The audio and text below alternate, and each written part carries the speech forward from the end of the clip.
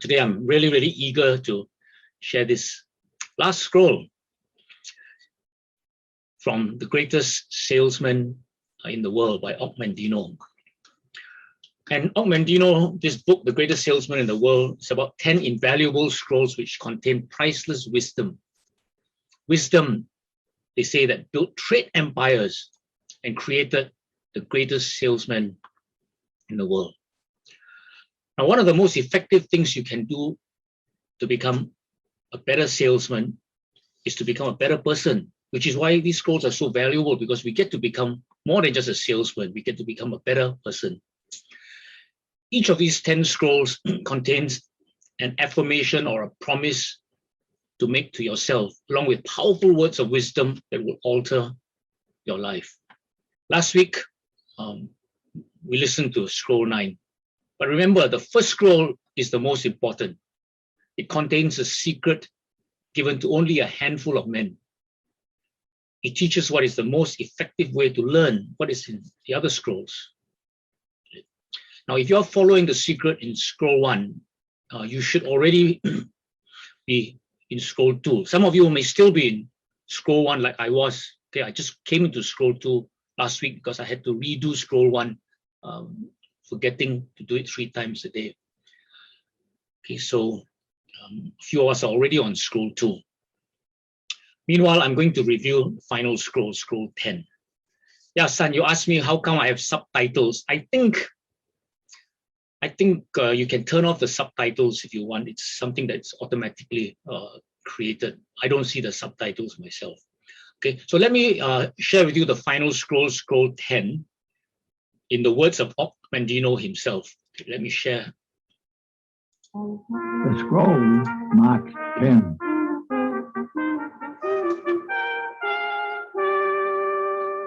Who is of so little faith that in a moment of great disaster or heartbreak has not called to his God? Who has not cried out when confronted with danger, death, or mystery beyond his normal experience or comprehension? From where has this deep instinct come which escapes from the mouth of all living creatures in moments of peril? Move your hand in haste before another's eyes, and his eyelids will blink. Tap another on his knee, and his leg will jump. Confront another with dark horror, and his mouth will say, "My God," from the same deep impulse. My life need not be filled with religion in order for me to recognize this greatest mystery of nature. All creatures that walk the earth, including man, possess the instinct to cry for help. Why do we possess this instinct, this gift? Are not our cries a form of prayer? Is it not incomprehensible in a world governed by nature's laws to give a lamb or a mule or a bird or a man the instinct to cry out for help, lest some great mind has also provided that the cry should be heard by some superior power having the ability to hear and to answer our cry? Henceforth I will pray, but my cries for help will only be cries for guidance.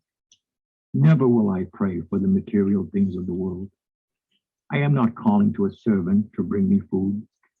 I am not ordering an innkeeper to provide me with room. Never will I seek delivery of gold, love, good health, petty victories, fame, success, or happiness. Only for guidance will I pray, that I may be shown the way to acquire these things, and my prayer will always be answered. The guidance I seek may come, or the guidance I seek may not come. But are not both of these an answer? If a child seeks bread from his father, and it is not forthcoming, has not the father answered? I will pray for guidance, and I will pray as a salesman in this manner.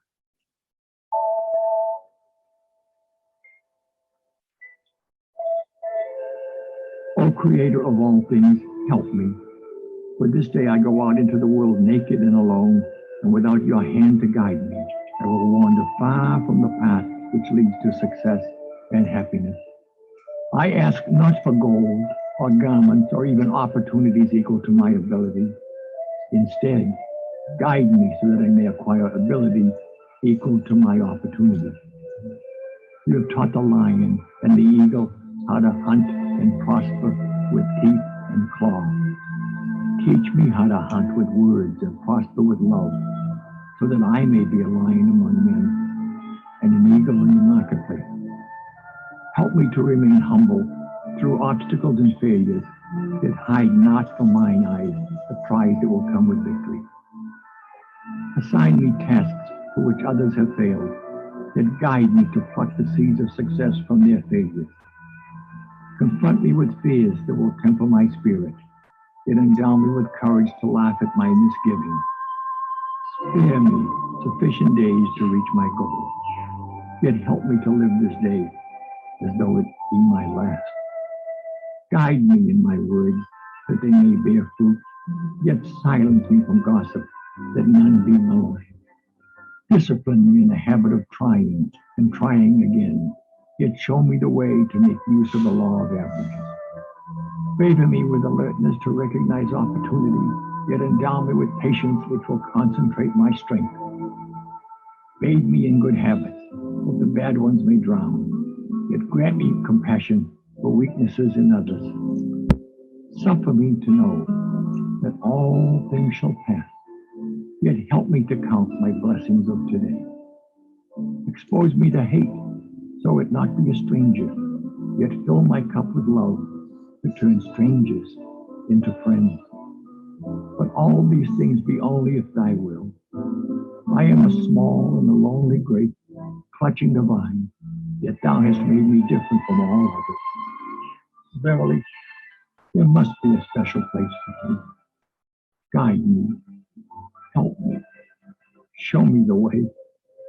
Let me become all you planned for me when my seed was planted and selected by you to sprout in the vineyard of the world. Humble salesman, guide me, God.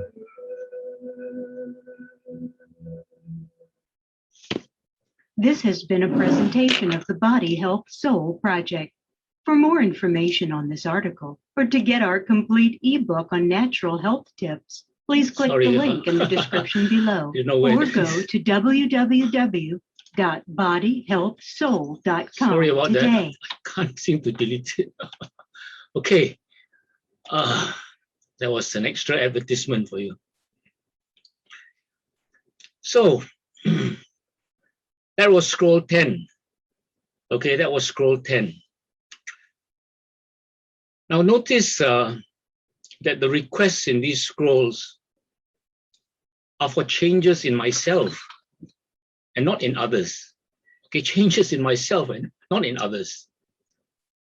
And that is a fantastic focus, because firstly, when I'm transformed, who I am, who I become, will affect not just my sales business, but every other area of my life.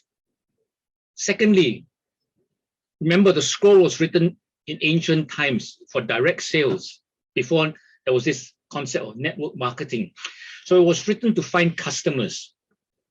We are now in the business of network marketing, multi-level marketing, where we are actually reproducing other sales leaders. So who I am will be duplicated and copied. They say you don't prospect people you like, you prospect people like you. So this is a very, very important focus. Now, I said that this scroll is the easiest. Why? Because all of us know, and we do call for help. In an emergency, we call 911 or the ambulance, and we expect rapid service, especially if it's Singapore. In fact, we complain when the response is slow. So we believe that when we call, we will get a response, and a positive response. Who do we ask for help from? We ask for help from those who can help and who are willing to help. Now, let's look at this scroll and look at who we are asking help and guidance from.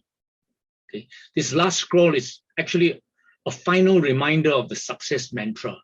Success equals to intention plus action plus grace. Okay.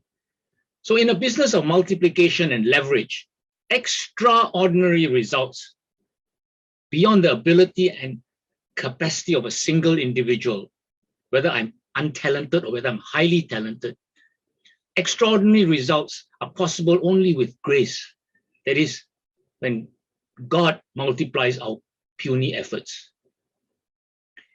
If you want to buy a power bank, to charge your phone or your devices, do you want a powerful power bank, one with a fast charging capability of multiple chargers, or do you want a small capacity power bank?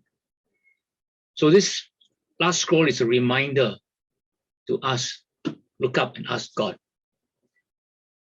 In the first scroll, it talked about grapes. Susan, it talked about grapes.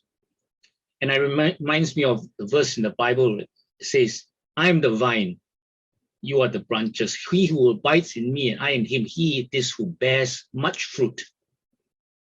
So we want to bear fruit by asking the even greatest salesman in the world, God, to help us.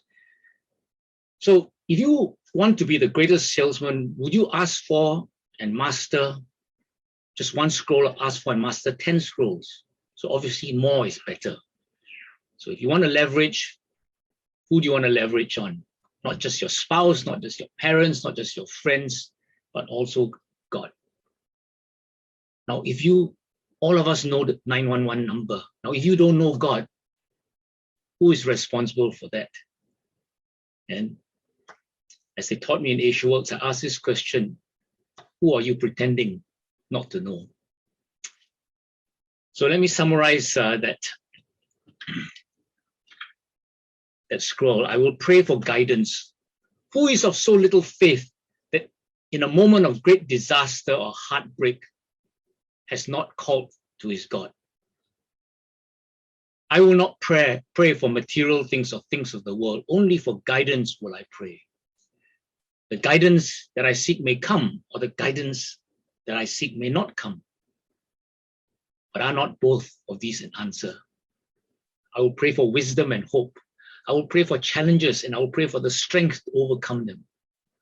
I will pray for courage and confidence, and I will pray for compassion for those who do not have these things.